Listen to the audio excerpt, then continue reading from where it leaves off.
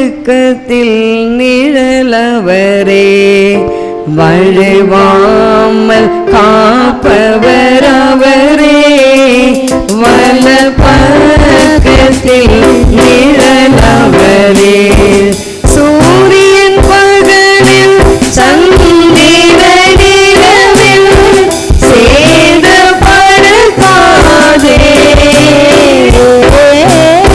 சூரியன் பகலில் சந்திரன் இரவில் சேதப்படுத்தாதே,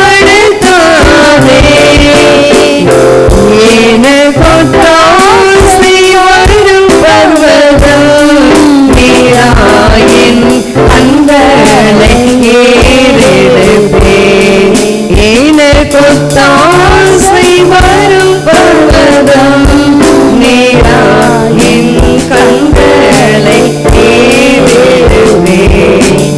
ஆமென். இந்த நாளில் கூட நாம் தியானத்திற்காக எடுத்துக்கொள்ளப்பட்ட வேத பகுதி சங்கீதங்களின் புஸ்தகம் 17ஆம் சங்கீதம் 9ஆம் வசனத்தை நாம் வாசிக்கலாம். சங்கீதம் 17:9. என்னை ஒடுக்குகிற துன்மார்க்கருக்கும் என்னை சூழ்ந்து கொள்கிற என் பிராண பகைஞருக்கும் மறைவாக உம்முடைய செட்டைகளின் நிழலே என்னை காப்பாற்றும். ஆமென். காப்பாற்றும். என்னது?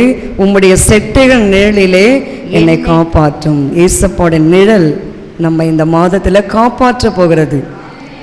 இங்கும் அங்கும் டெங்கு, வைரல் ஃபீவர், குரங்கு அம்மை, இப்படி பலவிதமான வியாதிகள் பரவி கொண்டு வருகிறது. இந்த நேரத்தில் கூட இயேசு நம்ம என்ன செய்ய போகிறாரு? அவர் செட்டைகள் இருக்கிற நிழலினால் நம்மை மூடி மறைத்து நம்மை பாதுகாக்க போகிறாரு. ஹல்லேலூயா சொல்லலாமா?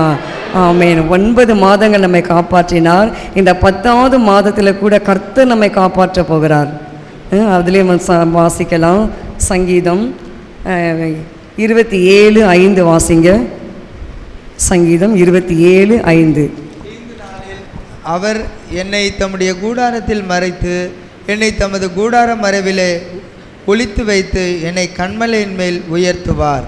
தீங்கு நாளில் கர்த்தர் என்ன செய்கிறாராம்?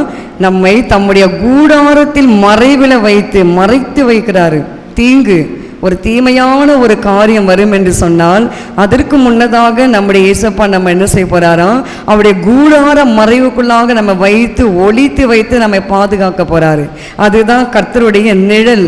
இன்றைக்கு நிறைய நிழல் நமக்கு இருக்கலாம். நிறைய பேர் சொல்லலாம், நான் உங்களை பார்த்துக்கிறேன், என் நிழலில் வந்துட்டீங்கல்ல, கவலையே இல்லை அப்படின்னு சொல்லுவாங்க. ஆனால் அந்த நிழலெல்லாம் என்ன செய்யும்? அற்று போயிடும், மறைந்து போயிடும். ஆனால் கர்த்தருடைய நிழலில் வந்திருக்கிற பிள்ளைகளுக்கு என்ன உண்டு சொல்லுங்கள்? பாதுகாப்பு உண்டு, அடைக்கலம் உண்டு, நன்மை உண்டு. ஹல்லேலூயா. அதுதான் சங்கீதக்காரர் சொல்லுகிறாரு, செட்டைகளுக்குள்ள என்னை காப்பாற்றும். அது மாத்திரமல்ல, தீங்கு நாளிலே என்னை உங்களுடைய கூடார மறைவில் வைத்து என்ன பண்ணுங்க? என்னை ஒளித்து வைத்து என்னை பாதுகாக்குங்க, என்னை காப்பாற்றுங்கப்பா. அவர் அடிக்கடி தண்ணீர் பாய்ச்சி நம்மை காப்பாற்றுகிற தேவன். அவர் ஒருவரும் சேதப்படுத்தாதபடி நம்மையும் நம் குடும்பத்தையும் நம் பிள்ளைகளையும் அவர் என்ன செய்ய போகிறார்? இந்த மாதத்தில் நம்மை பாதுகாத்து நம்மை காப்பாற்றி நம்மை நடத்த போகிறாரு. ஹல்லேலூயா. ஆமென். அடுத்து ஒரு வசனம் வாசிக்கலாம். வாசிங்கள். சங்கீதம் 12:7. 12ஆம் சங்கீதம் 7. கர்த்தாவே, நீர் அவர்களை காப்பாற்றி அவர்களை என்றைக்கும் இந்த சந்ததிக்கு விலக்கி காத்து கொள்ளுவீர். ஆமென். கர்த்தாவே, நீர் அவர்களை காப்பாற்றி அவர்களை என்றென்றைக்கும் இந்த சந்ததிக்கு விலக்கி காத்து கொள்ளும். எந்த சந்ததி? துன்மார்க்கருடைய சந்ததி, நமக்கு விரோதமாய் தீங்கு செய்ய நினைக்கிற சந்ததி, நமக்கு குழி வெட்டுகிற சந்ததி. இல்லை, நம்ம அவ்வளோதான், நம்ம பேர் கூட இருக்கக்கூடாது, நம்ம குடும்பங்கள் கூட இருக்கக்கூடாது அப்படின்னு சொல்லி நினைத்து நமக்கு விரோதமாக மாந்திரிகங்கள், ஏவல்கள், கிரியைகள், எரிச்சல்கள், பொறாமைகள் எவ்வளவோ இருக்கும். இப்படிப்பட்ட சந்ததிகளுக்கு தாவீது சொல்றாரு, என்ன சொல்றாரு? இப்படிப்பட்ட சந்ததிகளுக்கு என்னை விலக்கி என்னை காத்து கொள்ளுங்க. நம்ம ஜெபிக்கணும். அது போல இந்த புதிய மாதத்தை வந்திருக்கிறோம். இந்த புதிய மாதத்தில் நீங்கள் என்ன செய்யணும்?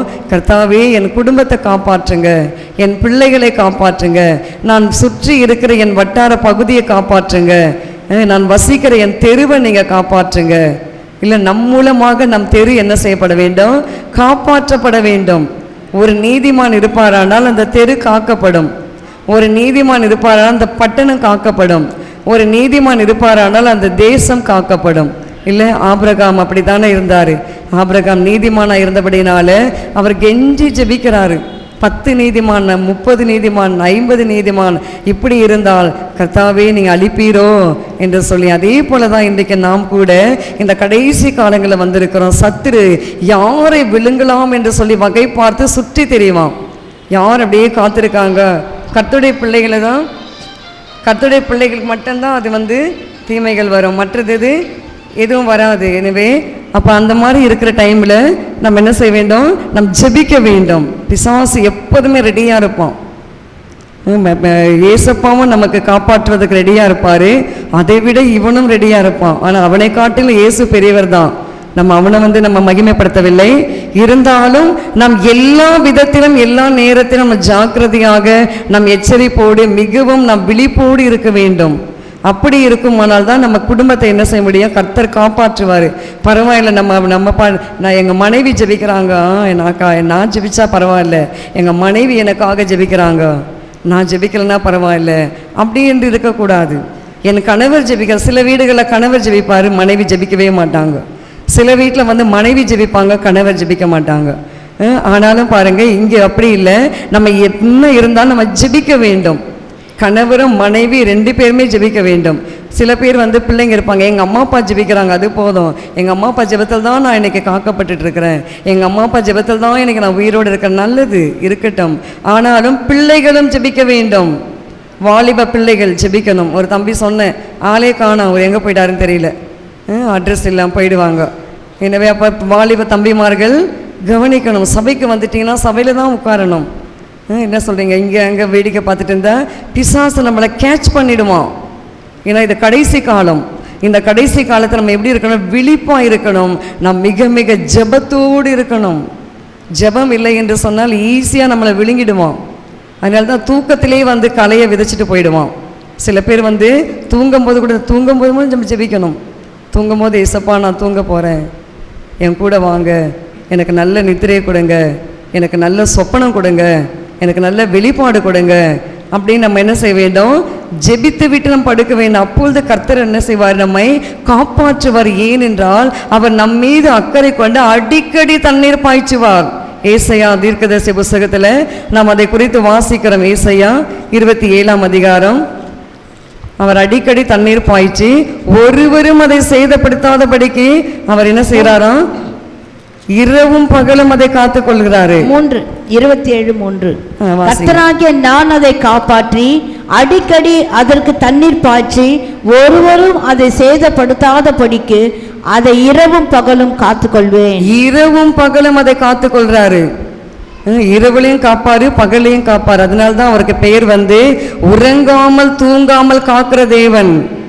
நம்முடைய தேவன் எப்பவுமே உறங்க மாட்டார். அதனால்தான் வலது பக்கத்தில் அவர் எப்படி இருக்கிறார்? நமக்கு நிழலாய் இருக்கிறாரு.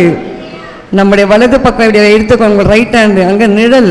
எப்பொழுதும் இயேசு நமக்கு நிழலாய் இருப்பார். அந்த நிழல் நம்மை விட்டு கடந்து போகாதபடி பார்த்து கொள்வது நம்முடைய கடமை. அந்த நிழல் எப்போ நம்ம விட்டு கடந்து போகும்? நாம் முறுமுறுக்கும் போது, நாம் தேவ சித்தம் செய்யாமல் இருக்கும்போது, நாம் ஜெபிக்காமல் இருக்கும்போது நம்மை விட்டு அந்த நிழல் கடந்து போய்விடும். அதனால்தான் என்னாகம புத்தகத்தில் வாசிக்கிறோம், அவர்களை காத்த நிழல் அவங்களை விட்டு விலகி போயிற்று என்று சொல்லி வாசிங்க. என்னாகமம் 14ஆம் அதிகாரம் 9ஆம் வசனம்.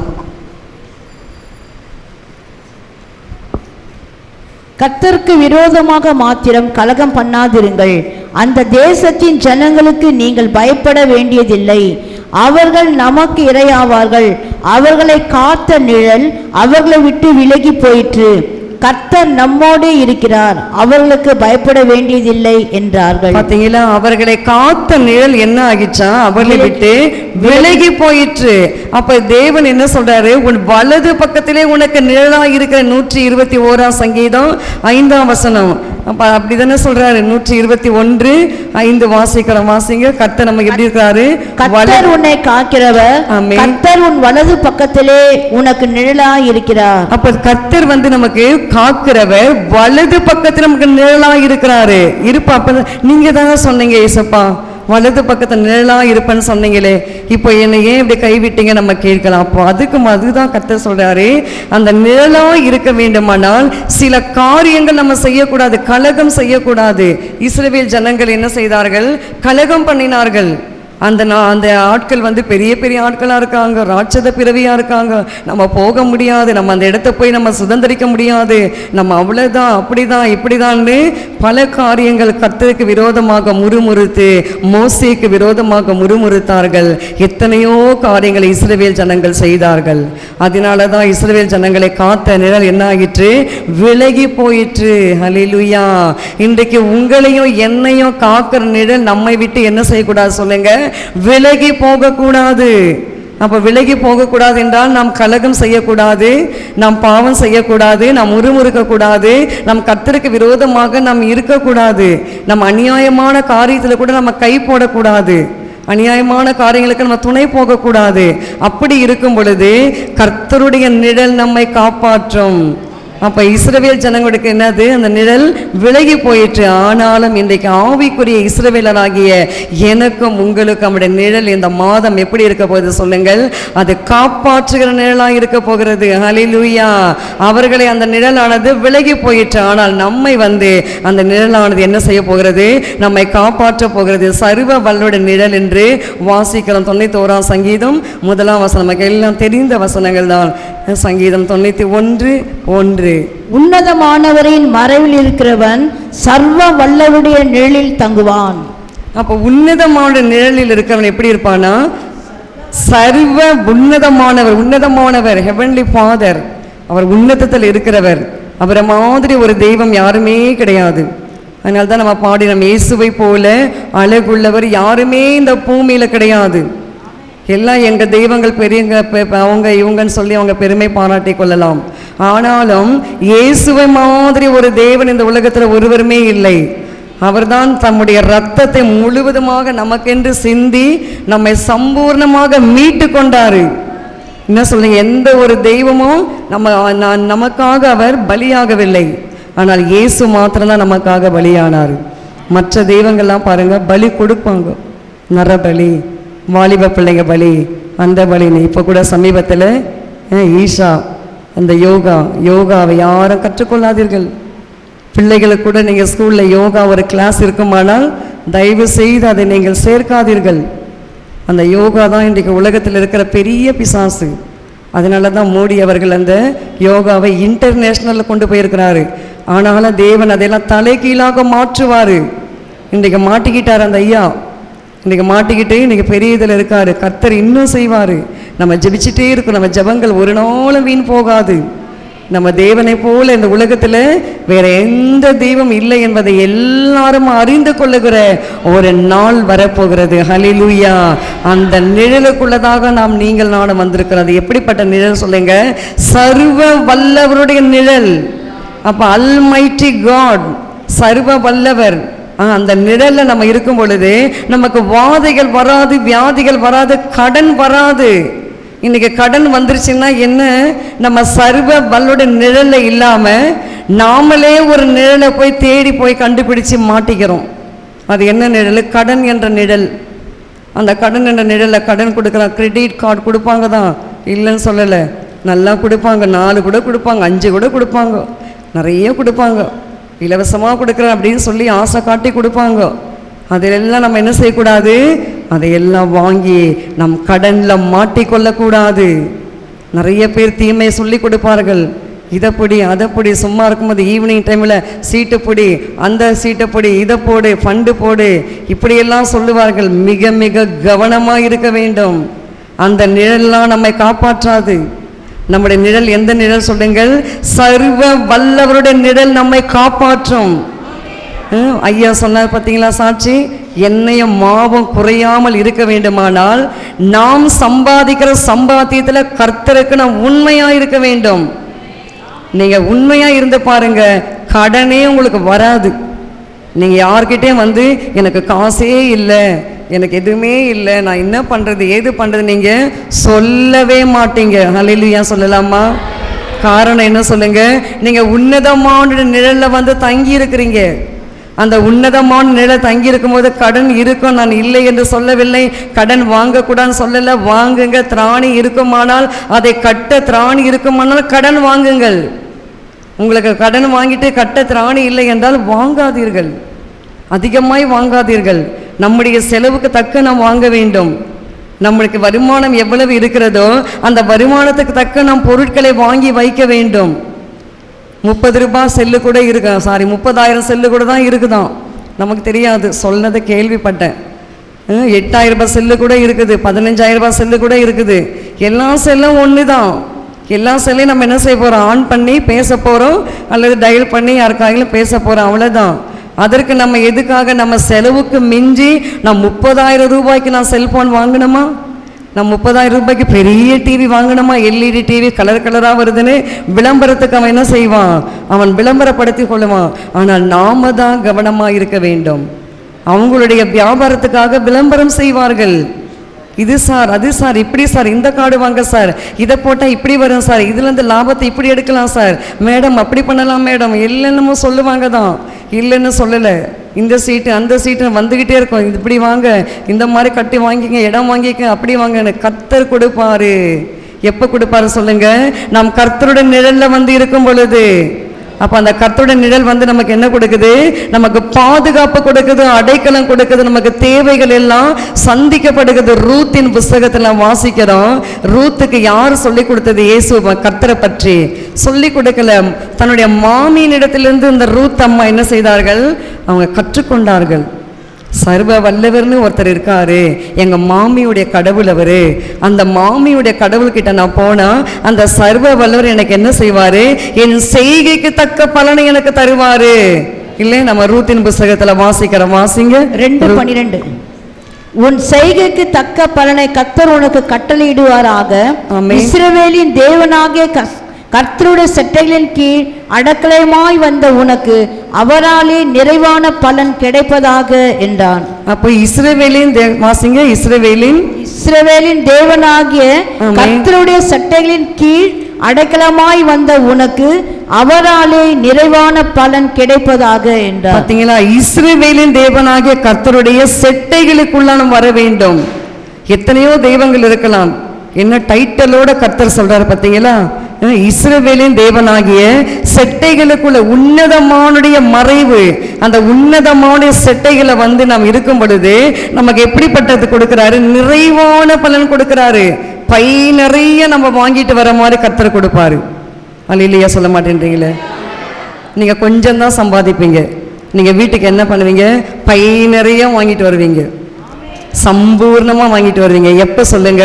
உன்னதமான நிழலில் நீங்கள் வரும் பொழுது, கர்த்தருக்கு நீங்கள் உண்மையாக இருக்கும் பொழுது. கர்த்தருக்கு எல்லா விஷயத்திலும் நம்ம உண்மையாக இருக்க வேண்டும். 10 ரூபாய் வந்தால் கூட 1 ரூபாய் கர்த்தருக்கு வைக்கணும். இங்கே ஒரு ஐயா இருக்காரு, ஸ்டாலின் ஐயா காசு கொடுத்தாட அதில் தசம்பாகம் கொடுப்பாரு. வெள்ள நிவாரணம் வந்தால் அது கொடுத்தா விட அதில் தசம்பாகம் கொடுப்பார். கர்த்தர் அந்த ஐயாவை ஆசீர்வதிக்கட்டும். ஹல்லேலூயா. எனவே எல்லா விதத்திலையும் நான் உண்மையாக இருக்கும் பொழுது நம்முடைய நாட்களில் பாருங்க, ரூத்துக்கு கொடுத்தது மாதிரி செய்கைக்கு தக்க பலனை கர்த்தர் கொடுப்பாரு. நீங்க சரீரத்தில் கூட வந்து உழைக்கலாம், இயேசுக்காக மாப்பு போடுங்களாம். வந்து சபையில தான் நம்ம சபையை கழுவணும், சபையை துடைக்கணும் நம்ம ஆசையாக இருக்குது. ஆனாலும் செய்வதற்கு நமக்கு சரியான நேரம் அமையவில்லை, ஆட்கள் அமையவில்லை. நீங்கள் சரீரத்தில் கூட வந்து நீங்கள் கர்த்தருக்காக செய்யலாம். நீங்கள் பணம் காசு கொடுத்து தான் செய்ய வேண்டும் என்று இல்லை. சரீரம் இருக்கு இல்லையா, நேரம் இருக்கு இல்லையா, அதை நீங்கள் கர்த்தருக்கென்று கொடுங்கள். உங்களுக்கு செய்கைக்கு தக்க பலனை கர்த்தர் கொடுப்பாரு. அதுதான் உன்னதமான நிழல்ல நாம் வந்து நாம் சேரும் பொழுது கர்த்தர் நம்மை காப்பாற்றுவாரு. ஹல்லேலூயா சொல்லலாமா? ஆமென். ஒரு ஐயா வந்து ஒரு நிழல்ல போய் தங்கி இருந்தாரு. அந்த ஐயா வந்து உங்களுக்கு தெரியும், வேதத்துல 1 ராஜாக்கள் 19ஆம் அதிகாரம் 5ஆம் வசனம் எலியாவை குறித்து நாம் வாசிக்கிறோம். வாசிங்க 1 ராஜாக்கள் 19ஆம் அதிகாரம் 5ஆம் வசனம். சூரை செடி என்றதான ஒரு நிழலுக்குள்ளாக அவர் கடந்து வந்தாரு. ஒரு சூரை செடியின் கீழ் படுத்துக்கொண்டு நித்திரை பண்ணினான். அப்பொழுது ஒரு தூதன் அவனை தட்டி எழுப்பி, எழுந்திரு, போஜனம் பண்ணு என்றான். அப்போ சூரை செடி கீழே வந்து இவர் என்ன பண்ணாரு? அங்கே போயிட்டு நித்திரை பண்ணுறாரு. அப்போ ஒரு தேவ தூதன் வர ஏன் நித்திரை பண்றார் என்றால், எலியாவுக்கு ஒரே துக்கம். எவ்வளோதான் நம்ம ஜெபிக்கிறோம், எத்தனையோ அற்புதங்களை செய்கிறோம், எவ்வளோ நம்ம போராடி ஜெபிக்கிறோம், இந்த எசபேலையும் எசபேலுடைய ஆவிகளையும் எசபேலுடைய கூட்டாளிகளையும் நம்ம ஒன்றுமே செய்ய முடியலையே. தீர்க்கதரிசியில கொலை செய்கிறாளே, தீர்க்கதரிசி விரோதமாக எழும்புகிறாளே, கர்த்தருடைய பிள்ளைகளை அந்த விக்கிரக ஆராதனைக்கு நேராக மாற்றி கொள்ளுகிறாளே என்று சொல்லி அந்த ஐயா என்ன பண்றாரு, எலியா என்ற ஒரு தேவ மனிதன் மிகவும் சோர்ந்து போறாரு. நான் கூட கடந்த நாள் அப்படிதான் ஏசப்பாட்ட கேட்டேன், எவ்வளோ ஜெபிக்கிறோம், விக்கிரகங்களுக்கு எத்தனை பேர் வச்சு நான் ஜெபிக்கிற வசனம், இன்னும் ஏசப்பா ஊரெல்லாம் அப்படியே பறக்கிறாங்க, ஒன்றுமே இல்லை, அதுக்கு போய் இப்படியெல்லாம் ஆடுறாங்க, என்னெல்லாம் பண்ணுறாங்க, தலையில் கூட தேங்காய் உடச்சிக்கிறானுங்க. ஆச்சரியமாக இருக்குது. நம்ம தெய்வத்தை நம்ம எப்படி நம்ம வர்ஷிப் பண்ணுறோம் இல்லை? ஒரு நிமிஷம் யோசித்து பாருங்கள். நம்ம தலையிலலாம் தேங்காய் உடைக்கிறானுங்க, காலில் செருப்பு இல்லாமல் வெறுமையாக நடந்து போகிறானுங்க, பச்சை தண்ணியிலேயே குளிக்கிறானுங்க. அந்த 40 நாள் வரைக்கும் சாராயம் குடிக்க மாட்டானுங்க. 40 நாள் வரைக்கும்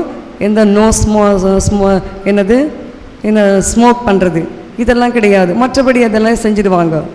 இவ்வளோ நம்ம ஜெபிக்கிறோம், இந்த விக்கிரகங்கள் பெருகிட்டே இருக்குது, இன்னும் அதிகமாக தான் நடக்குது.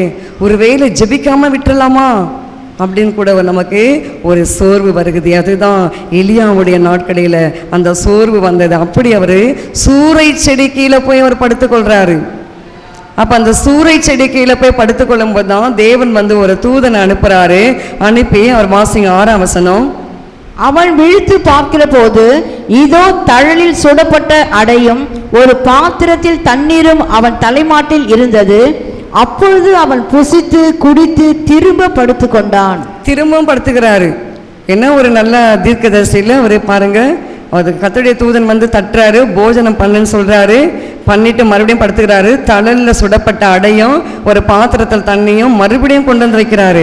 அப்ப மறுபடியும் தட்டி எழுப்பி எழுந்திருந்த போஜனம் பண்ணு, நீ பண்ண வேண்டிய பிரயாணம் வெகு தூரம். அப்ப இன்றைக்கு கர்த்தருடைய பிள்ளைகளை கர்த்தர் அப்படி நடத்துவாரு, கொஞ்சம் ரெஸ்ட் எடுக்க வைப்பாரு. பேதுரு எடுத்துக்கொள்ளுங்கள், புதிய ஏற்பாட்டு காலத்தில் அப்போஸ்தலனாகிய பேதுரு பகல் முழுசும் நாளெல்லாம் ஊழியம் செய்வார். 3000 5000 என்று ஆத்துமாக்களுக்கு ஞானஸ்தானம் கொடுத்துருக்காரு. எப்படி அந்த கையெல்லாம் தளர்ந்திருக்கும், அவருக்கு சரீரமெல்லாம் பலவீனமாக இருந்திருக்கலாம். அவர் எவ்வளோ வியாதிக்காரருக்கு ஜெபிச்சிருக்கிறாரு, எவ்வளோ அற்புதம் செஞ்சிருக்காரு. இப்படி பல ஊழியங்கள் செய்திருக்கும் பொழுது பேதுருவுக்கு ஒரு ரெஸ்ட் தேவையாக இருந்தது. அதுக்காக தான் கர்த்தர் என்ன பண்ணாரு, பேதுருவை எடுத்துகிட்டு போயிட்டு சிறையில் வைக்க பர்மிஷன் கொடுத்தாரு.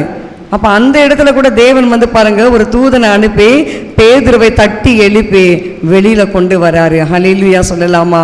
இன்றைக்கு உன்னதமான நிழல் நம்ம எந்த சிறையிருப்பில் மாட்டிக்கொண்டு இருந்தாலும், எப்படிப்பட்ட ஒரு சூழ்நிலை இருந்தாலும், எப்படிப்பட்ட சோர்வில் இருந்தாலும் அவர் தட்டி எழுப்பி நம்ம மீண்டும் பழைய நிலைமைக்கு நம்ம கொண்டு நிறுத்துவாரு. ஹல்லேலூயா சொல்லலாமா?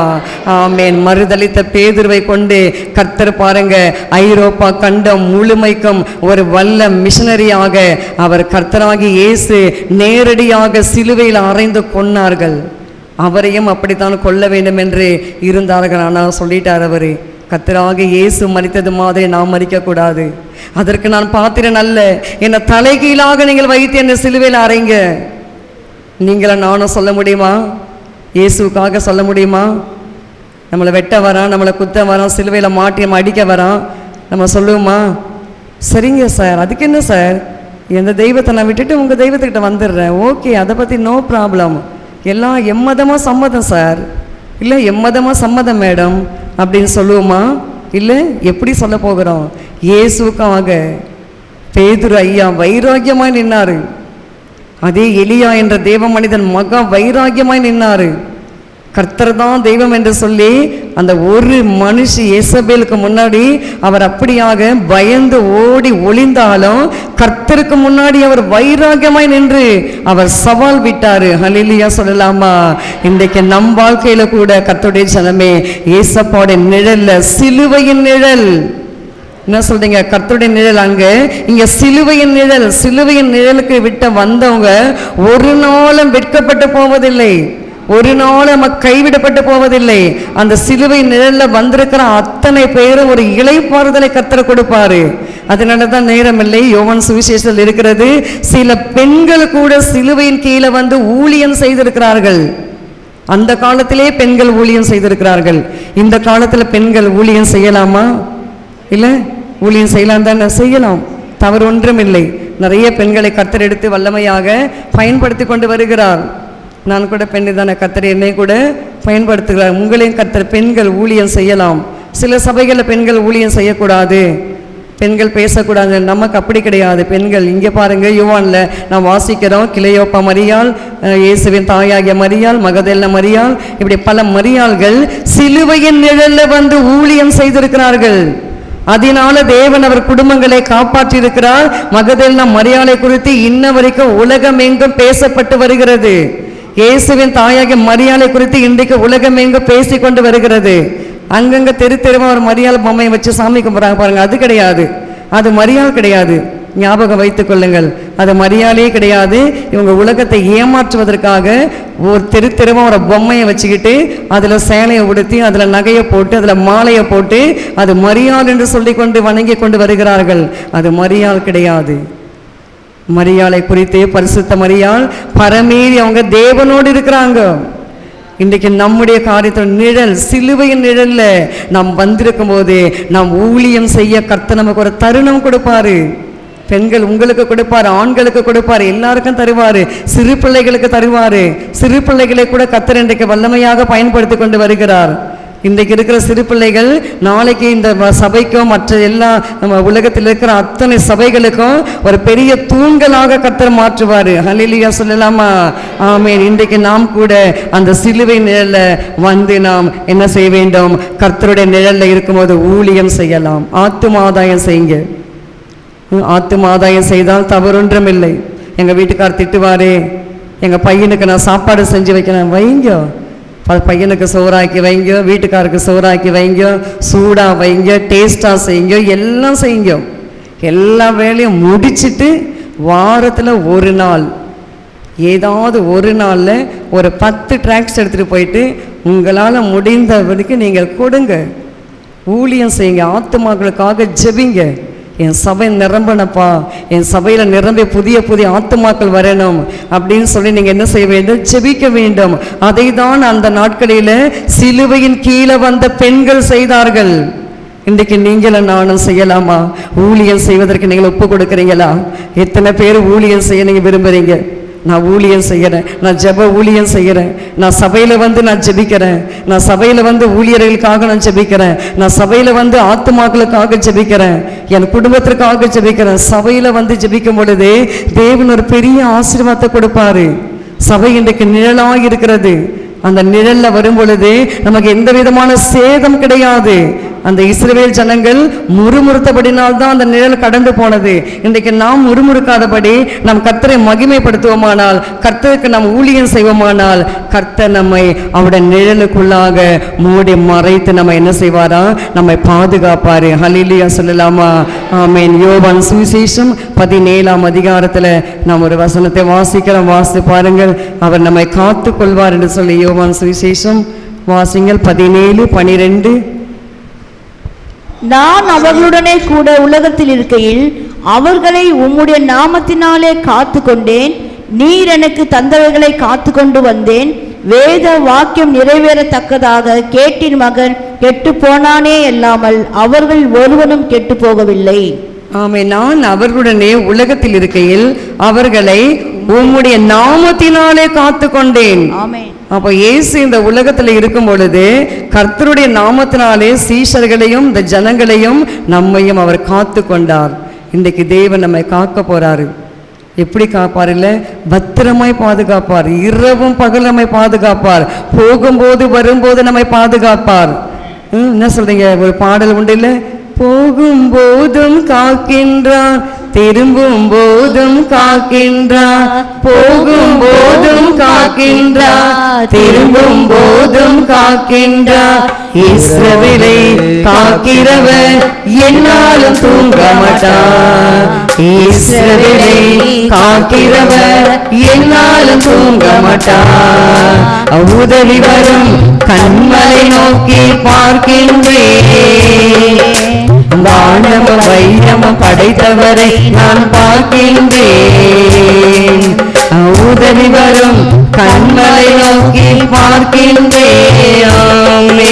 வானமும் வைரமும் படைத்தவரை நான் பார்க்கின்றேன். ஆமென். அடுத்தபடியாக அந்த நிழலானது நம்மை கைவிடாதபடி நம்மை பாதுகாக்கும். 37ஆம் சங்கீதம் 28ஆம் வசனத்தை நாம் வாசிக்கலாம். சங்கீதம் 37:28.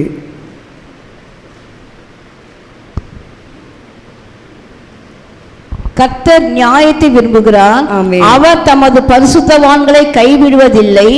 அவர்கள் என்றைக்கும் காக்கப்படுவார்கள். துன்மார்க்குடைய சந்ததியோ அறுப்புண்டு போம். ஆமென். கர்த்தர் நியாயத்தை விரும்புகிறவர். அவர் தமது பரிசுத்தவான்களை கைவிடுவதில்லை. இன்றைக்கு பரிசுத்தவான்கள் யார் சொல்லுங்கள்? நானும் நீங்களும் தான் பரிசுத்தவான்கள். இயேசுவின் ரத்தத்தினால கழுவப்பட்ட அத்தனை பேரும் எப்படிப்பட்டவர்கள்? பரிசுத்தவான்கள். நம்மை அவர் கைவிட மாட்டார். ஒருவேளை நீங்க நினைக்கலாம், எல்லாரும் என்ன கைவிட்டாங்க, அம்மா கூட கைவிட்டாங்க, அப்பா கூட கைவிட்டார், மனைவி கூட கைவிட்டாங்க, உறவினர்கள் கைவிட்டாங்க, பிள்ளைகள் கைவிட்டாங்க, நான் நம்பிக்கொண்ட என் நண்பன், உயிருக்கு உயிரோடு அந்த நண்பன் கூட என்னை கைவிட்டுட்டான். ஆனால் அப்படிப்பட்ட ஒரு சூழ்நிலை இருக்கும் பொழுது கர்த்தர் இன்னைக்கு சொல்றார், உங்களை கைவிடாத தேவன். அவர் நிழலுக்குள்ளாக நீங்க வாங்க. அவன் நிழலுக்குள்ளாக நாம் வரும் பொழுது நிச்சயமாக கர்த்தர் நம்ம என்ன செய்ய மாட்டாரு? கைவிடவே மாட்டார். அது மாத்திரமல்ல, அவர் என்றென்றைக்கும் காக்கப்படுவார்கள். என்றைக்கும், எப்பொழுதும், ஒவ்வொரு நாளும், எந்த நேரமும் நம்ம என்ன செய்வார்? கர்த்தர் நம்மை காப்பாரு. அது மாத்திரமல்ல, துன்மார்க்கருடைய சந்ததியோ அறுப்புண்டு போயிடும். இந்த சந்ததி இருக்கக்கூடாது, இந்த குடும்பம் இருக்கக்கூடாது, இவங்க குடும்பம் விளங்கக்கூடாது, இவங்க குடும்பம் முன்னேறக்கூடாது என்று சொல்லி நமக்கு விரோதமாய் இருக்கிற துன்மார்க்குடைய சந்ததியை கர்த்தர் என்ன செய்வாரு? அறுப்புண்டு போகும்படி செய்வாரு. கர்த்தருடைய நிழல் நமக்கு அப்படிப்பட்ட மகத்தான ஒரு ஆசீர்வாதத்தை கொண்டு வரும். அதுதான் நம் கர்த்தருடைய நிழல் நாம் இருக்க வேண்டும். அந்த கர்த்தருடைய நிழல் இருக்கும்போது எவ்வளவு வெயில் அடித்தாலும், எவ்வளவு வேதனைகள் வந்தாலும், எவ்வளவு பாடுகள், எவ்வளவு உபத்திரங்கள், எவ்வளவு காரியங்கள் வந்தாலும் நாம் அந்த நிழலுக்குள்ளாக இருக்கும் பொழுது கர்த்தர் நம்மை பாதுகாத்து நடத்துவார். ஹல்லேலூயா சொல்லலாமா? ஆமென். கர்த்தர் நம்மை பெரியவர். அவர் பெரிய காரியங்களை இந்த புதிய மாதத்துல தேவன் உங்களுக்கு செய்ய போகிறார். ஆமென். அடுத்து வாசிக்கலாம். ஆதியாகமம் புத்தகம் கடைசியாக 26ஆம் அதிகாரம் 24ஆம் வசனத்தை வாசித்து பாருங்கள். ஆதியாகமம் 26:24. அவைகள் கீழே இசைக்கப்பட்டிருக்க வேண்டும், மேலேயும் ஒரு வளையத்தினால் இசைக்கப்பட்டிருக்க வேண்டும். 2 மூலைகளுக்கும் அப்படியே இருக்க வேண்டும். அவைகள் 2 மூலைக்கல்லாகும். ஆதியாகமம் 26:24. அன்று ராத்திரியிலே கர்த்தர் அவனுக்கு தரிசனமாகி, ஆமென், நான் உன் தகப்பனாகிய ஆபிரகாமுடைய தேவன், பயப்படாதே, நான் உன்னோடு கூட இருந்து என் ஊழியக்காரனாகிய ஆபிரகாமின் நிமித்தம் உன்னை ஆசீர்வதித்து உன் சந்ததியை பெருக பண்ணுவேன் என்றார். இந்த இடத்துல ஈசாக்கை குறித்து நாம் வாசிக்கிறோம். ஈசாக்கு பாருங்க, அந்த ராத்திரியிலே கர்த்தர் அவனுக்கு தரிசனமாகி, உன் தகப்பனாகிய ஆபிரகாமுடைய தேவன், பயப்படாதே. ஈசாக்கு பயந்திருக்கிறார். இது ஒரு காரியத்தில் இல்லை. நம்ம கூட இந்த நாட்களில் ஈசாக்கு விரோதமாக துறவு விட்டும் போதெல்லாம் அந்த அமலேக்கர்கள் ஒவ்வொருவராக அந்த துறவுகளை தூர்த்து போடுகிறார்கள். அப்போ நம்முடைய வாழ்க்கையில் கூட ஆசீர்வாதம் ரெடியாக இருக்கும். அந்த ஆசீர்வாதத்தை பெற்றுக்கொள்ள முடியாதபடிக்கு சில பேர் நம்ம என்ன செய்வார்கள்? அந்த ஆசீர்வாதங்களை தூர்த்து போட்டுருவார்கள், மண்ணை போட்டு மூடுவாங்க. அதுதான் ஈசாக்குடைய வாழ்க்கை நடந்தது. நீங்கள் வீட்டில் போயிட்டு அதை வாசித்து பாருங்கள், உங்களுக்கு நன்றாக தெரியும். அப்படியாக இருக்கும் பொழுது அவர் பயந்து கொண்டிருக்கிறாரு. அடுத்து என்ன நடக்கும், ஏது நடக்கும் என்று. இன்றைக்கு கூட தெய்வ ஜனமே, நீங்கள் பயந்து கொண்டிருக்கலாம். அடுத்து என் குடும்பத்தில் என்ன நடக்க போகுது, எப்படி நான் சமாளிக்க போகிறேன், விலைவாசிகள் எல்லாம் உயர்ந்திருக்கிறது, என் குடும்பத்துக்கு எப்படி, என் பிள்ளைகளுக்கு எப்படி ஃபீஸ் கட்ட போகிறேன், என்ன செய்ய போகிறேன் தெரியலையே என்று சொல்லி ஒருவேளை நீங்கள் பயந்து கொண்டிருக்கீங்களா? ராத்திரியிலே கர்த்தர் அவனுக்கு தரிசனமாகி, உன் தகப்பனாகிய ஆபிரகாமுடைய தேவன், பயப்படாதே, நான் உன்னுடனே இருந்து உன் ஊழியக்காரனாகிய ஆபிரகாம் நிமித்தம் உன்னை ஆசீர்வதித்து உன் சந்ததியை நான் பெருக பண்ணுவேன். உன்னை கர்த்தர் நிச்சயமாக நம்மை ஆசீர்வதிக்க போறாரு. யாரை கொண்டு சொல்லுங்க? நம்மிடத்துல இருக்கிற பொருளை கொண்டு தான் ஆசீர்வதிக்க போறாரு. இங்கே ஒரு வாலிப தம்பிக்கு நான் ஜெபிக்கும் போது, நான் தம்பிக்கு ஜெபிச்ச நம்ம சபையில தான், உன் நிமித்தம் இந்த குடும்பம் ஆசீர்வதிக்க போகிறது, உன்னுடைய கையின் பிரயாசத்தினால ஒரு நன்மை உனக்கு வரப்போகிறது.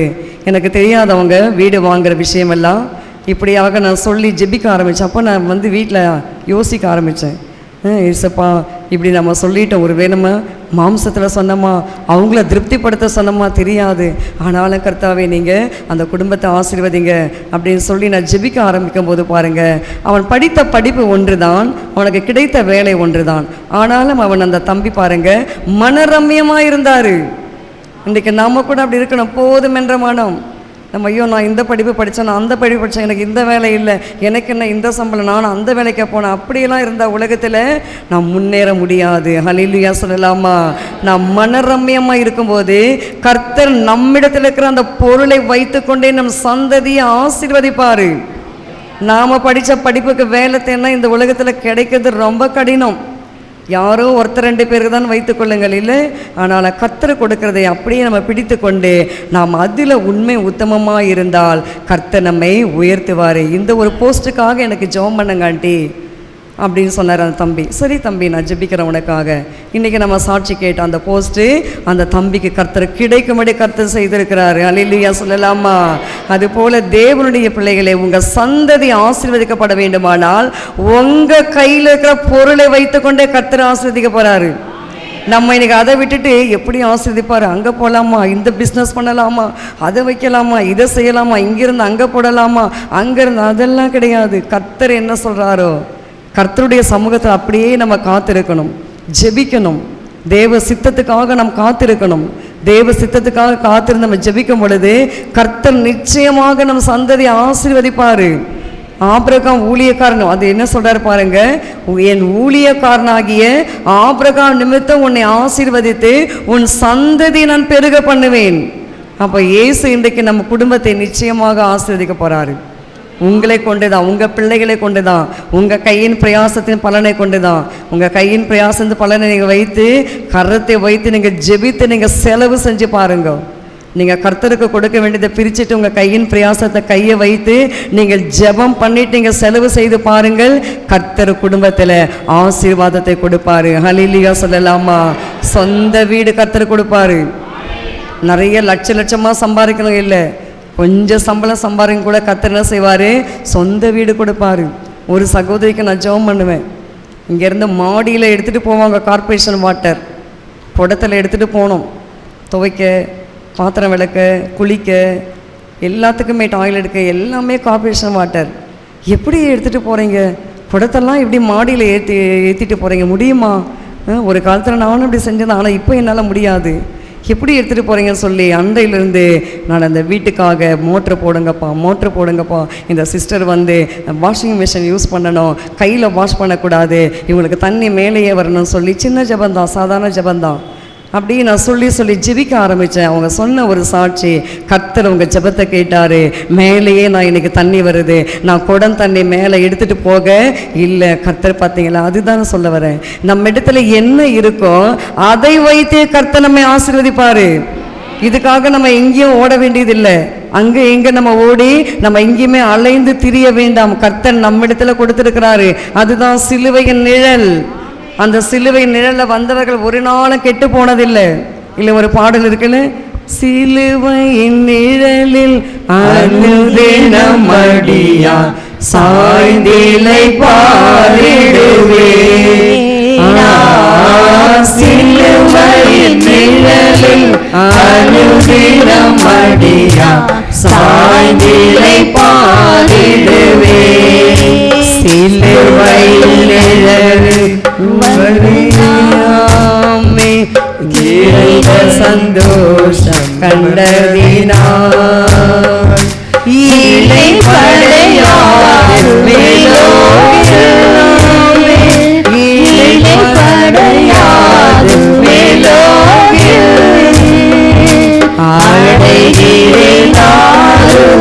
மனதில் சிலுவையின் நிழலில் அனுதினம் அடியான் சாய்ந்திலை பாரிடுவே. ஆமே, போதும். சிலுவை நிழல்ல வரும் பொழுது நமக்கு ஒரு இளைப்பாறுதல் கிடைக்கும், நமக்கு ஒரு நிம்மதி கிடைக்கும், நமக்கு ஒரு நல்ல ஒரு பீஸ்ஃபுல் லைஃப் கிடைக்கும். எத்தனை பேருக்கு வேணும் என் லைஃப்பில் பீஸ்ஃபுல், எனக்கு சமாதானம் வேணும், என் வாழ்க்கையில் சமாதானமே இல்லை, நான் எவ்வளவு சம்பாதித்தாலும் எனக்கு சமாதானம் இல்லை, நான் எவ்வளவு வேலை செய்தாலும் வேலை செலுத்தல, என்னை குறித்து நல்ல பேரே கொடுக்கல, என்னை இன்னும் அவங்க என்ன செய்கிறாங்க, நிறுக்கிறாங்க, இன்னும் என்னை ஏதாவது வம்பில் மாட்டி வைக்கலாமா, இன்னும் கொஞ்சம் அதிகமான வேலையை கொடுக்கலாமா, இன்னும் கொஞ்சம் அதிகமான ப்ரெஷர் கொடுக்கலாமா என்று சொல்லி ஏதோ ஒரு காரியத்தை வகை பார்த்து கொண்டிருக்கிறாங்களா? இன்றைக்கு சிலுவையின் நிழலில் வந்திருக்கிற கர்த்தருடைய தேவஜனமே, உங்களை கர்த்தர் ஒரு நாளும் கைவிட மாட்டார். அதிகாரிகளுடைய எல்லா ஆதிக்கங்களையெல்லாம் உங்கள் கால் கீழே கொண்டு வந்துடுவார். அதிகாரிகளே வந்து எனக்காக ஜெபம் பண்ணுங்க, எனக்காக பண்ணுங்க, அவங்களே வந்து உங்களிடத்துல கேட்கும்படிக்கு கர்த்தர் செய்வார். ஹல்லேலூயா சொல்லலாமா? கடன் என்ற அந்த சிறையிருப்பிலிருந்து நீங்கள் மாற வேண்டுமானால் சிலுவையின் நிழலுக்கு வாங்க. சிலுவை நிழலாகிய இயேசுவின் சமூகத்தில் நாம் ஜெபிக்கும் பொழுது தேவன் நிச்சயமாக அந்த கடனை மாற்றுவார். புரட்சிவாக்கம் அந்த தனவர்தனா என்ற பேங்க் இருக்கு இல்லையா, உங்களுக்கு எல்லாருக்கும் தெரியும் தானே? அந்த பேங்க் இன்றைக்கு மூடப்பட்டு இருக்கிறது, இன்றைக்கு சீல் வைக்கப்பட்டிருக்கிறது. கர்த்தருடைய கிருபையினால் ஆவியான ஒரு நாள் மத்தியான டைமில் நான் ஜெபம் பண்ணிட்டு இருந்தேன். நிறைய கர்த்தர் என்கிட்ட மத்தியானத்தில் தான் பேசுகிறாரு. அப்போ நான் ஜெபிக்கும் போது ஆவியானவர் ஏவினார், நீயே போய் அந்த பேங்க்கில் போய் அந்த மேனேஜரை போய் நீ பார்க்கக்கூடாது, நீ ஏன் எல்லாத்தையும் நீ போய் விசாரிக்கிற, நீ போய் மேனேஜரை போய் பாரு, நீ போய் பேசல. சரி என்று சொல்லி நான் போக ஆரம்பித்தேன். போய் நான் கேட்கும் பொழுது அங்கே இருக்கிற நிலவரங்கள் என்ன, ஏன் இப்படி இருக்கிறது, எதற்காக ஏசியெல்லாம் கழட்டி இருக்கீங்க, ஏன் வந்து ஃபேனெல்லாம் கழட்டிங்க, ஏன் கவுண்டர் ஒன்று மட்டும் வச்சுருக்கீங்கன்னு அவங்ககிட்ட போயிட்டு அவன் சொல்ல மாட்டான். அதனால் நான் என்ன சொன்னேன், கர்த்தர் நம்ம ஞானம் கொடுக்குறாரு இல்லையா, ஆப்போசிட்டில் அவங்க டீ கடை இருக்குது பாருங்கள், அங்கே வந்து நான் கேட்க ஆரம்பித்தேன். கேட்கும்பொழுது அவங்க சொன்ன தகவலை வைத்துக்கொண்டு நாங்கள் எல்லாரும் டீமாக ஜெபிக்க ஆரம்பித்தோம். நான் கிறிஸ்மாஸ் சிஸ்டர் ஜஸ்டின் ஐயா, பென்சில் ஐயா, பிரதர் ராபர்ட், ஷீலா, இப்படி சில பேர் நாங்கள் டீமாக. இது முக்கியமான ஒரு மேட்ரு இது. ஏன்னா நம்ம இருக்கிறதே அந்த ஒரு ப்ராப்பர்ட்டி தான், அதுவும் போய் விடுமானால் நம்ம எங்கே இருப்போம் என்று எனக்கு ஒரு பயம் வந்து விட்டது. அப்பொழுது நான் ஜெபிக்க ஆரம்பித்தோம். நாங்கள்லாம் டீமாக சேர்ந்து ஜெபிக்க ஆரம்பித்தோம். சில பிரயாசங்கள் அங்கே எடுக்க ஆரம்பித்தோம். சில பேர் ஆலோசனை கொடுத்தார்கள், சில பேர் எனக்கு உதவி செய்தார்கள். உடனடியாக இன்னொரு பேங்க்கில் ஒரு லோன் எடுத்து அந்த லோனை எடுத்துகிட்டு போயிட்டு அந்த பணத்தை அந்த சார்ட்டை கொடுத்து, சார் எனக்கு தெரியாது, எப்படி ஆகலை, நீங்கள் எனக்கு என் டாக்குமெண்ட்ஸ் எனக்கு தந்துடுங்க. இல்லை மேடம், அப்படி கொடுக்க முடியாது, 6 மாதம் ஆகும், 1 வருஷம் ஆகும், எனக்கு தெரியாது சார், நான் ஈஸ்வரப்பன் சாரை நான் பார்க்கணும், என்னை கூப்பிட்டு போங்க, நல்லா தெரியும், நாங்கள் ப்ரேயர் பண்ணியிருக்கிறோம், கூப்பிட்டு போங்கன்னு. அதே மாதிரி ஒரு சான்ஸ் கொடுத்தாங்க, நாங்கள் போனோம். நாங்கள் போயிட்டு வரும் பொழுது அந்த பணத்தை நாங்கள் கட்டினோம். யாருக்குமே கொடுக்கல, கர்த்தர் சாட்சி, என் கூட வந்தவங்க சாட்சி. வேணா நீங்கள் கேட்டு பாருங்கள். கூட வந்த சோஷியல் சார் ஒருத்தர் சிலுவைநாதன், அவர் சொன்னார் கொடுக்கவே மாட்டேன்னாரு. சார் இவங்க யார் தெரியுமா, டிஜிபி தேவாரத்துடைய தங்கச்சி அப்படின்னு சொன்னவொன்னே அப்படியே வாங்க வாங்க வாங்க உள்ளே வந்து உட்காருங்க அப்படி உட்கார வச்சிட்டாங்க. ரொம்ப நேரம் உட்காந்துருந்தோம். அதுக்கு பிறகு ஈஸ்வரப்பன் சார் என்னை பார்த்தாரு, நேரடியாக என்னை பார்த்தாரு. பார்த்த உடனே நான் இப்படி பண்ணேன், மேடம் மார்ட்டின் தாஸ் நீங்களா, அங்கேயே இருங்க. பார்த்தீங்களா நம்ம இடத்துல கர்த்தர் எப்படி இது பண்ணுறாரு. எனக்கு ஆச்சரியமாக இருந்தது. அவ்வளோ பேர் நிற்கிறாங்க, பிரதருக்கு தெரியும், எல்லாருக்கும் தெரியும், அவ்வளோ பேர் நிற்கிறாங்க. பேரை சொல்லி, அவர் இல்லைனாலும் பேரை சொல்லி உட்காருங்க அப்படின்னு சொல்லி கீ எடுத்து அந்த மேனேஜர்கிட்ட கொடுத்து, இவங்க டாக்குமெண்ட்டு மேலே பீரோவில் இருக்குது, எடுத்துகிட்டு வந்து கொடுப்பான். கர்த்தர் செய்கிற ஒரு அதிசயம். ஏன் சொல்லுங்க, சிலுவையின் நிழலில் வந்து நாம் ஜெபிச்சோம். நம்ம எங்கேயும் ஓடலை, இதை பண்ணல அதை பண்ணல, ஏசப்பட நிழல் நம்மை பாதுகாக்கிறது. இல்லைன்னா இன்ன வரைக்கும் நமக்கு அந்த காரியங்கள் இல்லாமலே போயிருக்கும். கர்த்தர் நல்லவர், அவர் கிருபை என்றும் உள்ளது. அப்ப ஏன் சொல்ல வர, ஜெபிக்கும் பொழுது கர்த்தர் நமக்கு ஆலோசனை கொடுக்கிறாரு, கர்த்தர் நமக்கு சில ஆட்களை எழுப்பி கொடுக்கிறார். அதுதான் நிழல். அந்த நிழல்ல நம்ம வந்திருக்கும் போது நம்மளை கர்த்தர் கைவிட மாட்டாரு. ஹல்லேலூயா சொல்லலாமா? உங்களை இன்னைக்கு கர்த்தர் கைவிடுவாரா? ஏதோ ஒரு காரியத்தை நீங்க மாட்டிக்கொண்டிருக்கிறீங்களா? எப்படி அதுல இருந்து நான் மீள போறேன், எப்படி அதுல இருந்து எனக்கு யார் எனக்கு விடுதலை தருவார்கள், யார் எனக்கு நன்மை செய்வார்கள்? யாரும் செய்ய மாட்டாங்க இயேசுவை தவிர. இயேசுதான் நமக்கு நன்மை செய்வார். ஹல்லேலூயா சொல்லலாமா?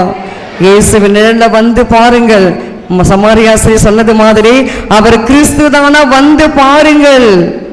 அப்ப இயேசுவின் நிழல்ல வந்து நான் உட்கார்ந்து ஜெபிக்கும் பொழுது கர்த்தர் நமக்கு வேண்டி எல்லாவற்றையும் செய்து முடிப்பாரு. ஈசாக்கு கர்த்தர் அதை தான் செய்தாரு. ஒவ்வொரு பழைய ஏற்பாட்டு பரிசுத்தவான்களை நம்ம எடுத்துக்கொள்வோம், புதிய ஏற்பாட்டு பரிசுத்தவான்களை எடுத்துக்கொள்வோம். எல்லாருக்குமே கர்த்தர் அப்படித்தான் செய்வாரு. ஹல்லேலூயா சொல்லலாமா? இன்றைக்கு கர்த்தருடைய வலது பக்கத்தில் நிழலா இருக்க போறாரு. நீங்க கேட்டுக்கிட்டே இருங்க. அப்பா நீங்க சொன்னீங்களே வலது பக்கத்தில் நிழலா இருப்பேன்னு சொன்னீங்களே, எனக்கு இருங்க, என் குடும்பத்துக்கு இருங்க, என் பிள்ளைங்களுக்கு இருங்க, என் பேர பிள்ளைங்களுக்கு இருங்க. ஹல்லேலூயா சொல்லலாமா? ஆமென். கர்த்தர் நிச்சயமாக நம் சந்ததியை ஆசீர்வதிப்பா. நம் கண்களை மூடி நாம் ஜெபிக்கலாமா? ஆமென். நன்றி ஆவியானவரே, ஸ்தோத்திரிக்கிறோம் ஐயா, துதிக்கிறோம் ஐயா.